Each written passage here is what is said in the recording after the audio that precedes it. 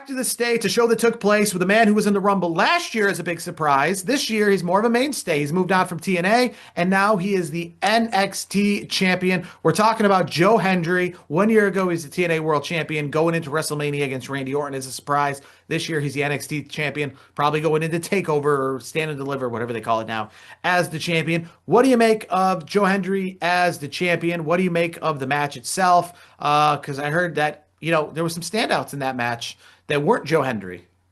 Yeah, I actually really enjoyed that match. I really thought I picked Ricky Saints to be the flag bearer. Like that was my number one choice. But honestly, they all did a really good job. I was not mad about Joe Hendry winning. Like, if they're gonna pick somebody that's not Ricky Saints, I'm totally fine with it being Joe Hendry. I mean, he's so over with the fans. Like he's a very, very popular person right now, and I think he's a good person to carry the brand into the next phase, because as we saw, the weekend prior, a lot of those NXT mainstays for a while are now getting called up, and they put on a good show. Outside of Joe Hendry and Ricky Saints, there's not really anybody that was probably on Stand and Deliver last year in that match. No. I don't want to say there wasn't anybody in NXT or because obviously, they could have been on NXT, especially with the house show circuit they do. But definitely, like, if you watch last year's Stand and Deliver, I'm going to guess that people like Shiloh Hill, Shane Legacy, Jackson Drake were not there. Keanu Carver. I believe he was in Evolve. Yeah. And so Sean Legacy, Carver, and Jackson Drake are all Evolve guys. That's where they made their name, is Evolve. And then obviously, Shiloh, I know Shiloh from LFG. I watched that a little bit. Obviously, Ricky, Joe Hendry, and then you have Dion Lennox, who's part of Dark State. So I was curious to see which way they were going to go with that. Like Keanu Carver, they made him look really good. Like he's like, to me, he could be the next like big thing in NXT right now. And it's an interesting time with NXT because they're going through a lot of changes. Not only did they have a lot of call-ups, but Ava has left the company, and Mr. Stone is now the interim general manager of NXT. What are your thoughts on Ava leaving and Mr. Stone being the interim GM? I know Ava obviously, got into the world of wrestling like anybody else, to be a wrestler. So it's kind of, I guess, sad that she's, because it's weird when Adam Pearce and Nick Aldis, when you see them in those positions, they're older, they're on their way out of the world of wrestling, they like to still stay involved. But obviously Ava's still very young. I don't necessarily know her from such an in-ring perspective, but it's difficult for somebody 25 years old to be coaching a sports team when you wish you could be out there instead. I don't necessarily know if that means she's going to go into the world. Did you see the rumors? Did you see the rumors out there? Because from LFG, Tatiana Dumas, her and Ava are, they're together, and and then I believe recently Tatiana was cut by WWE. Do you think they had anything to do with it, or do you think Ava just wanted out of her contract? Because here's what I noticed too.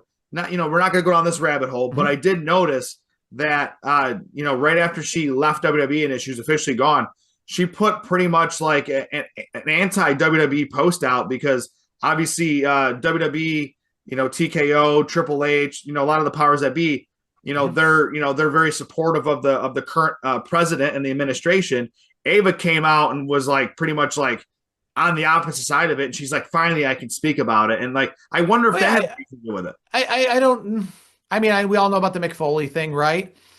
Yeah. I don't know if that had anything to do with it. I think it's just, hey, now that I'm able to talk, you know what I mean? I can talk, because I feel like that's the same with all of them, right? We all know, right? CM Punk said a lot of different things about WWE in Saudi Arabia when he wasn't working for WWE, right? I will say though, what is interesting, because we all know CM Punk, I would say, has similar views to Ava, because every time it's an eclectic. I don't want to say like anyone with the WWE, it's like a sports team, it's like anything else. I think it's probably quite eclectic. I imagine there's probably 50% of people this way, 50% of people another.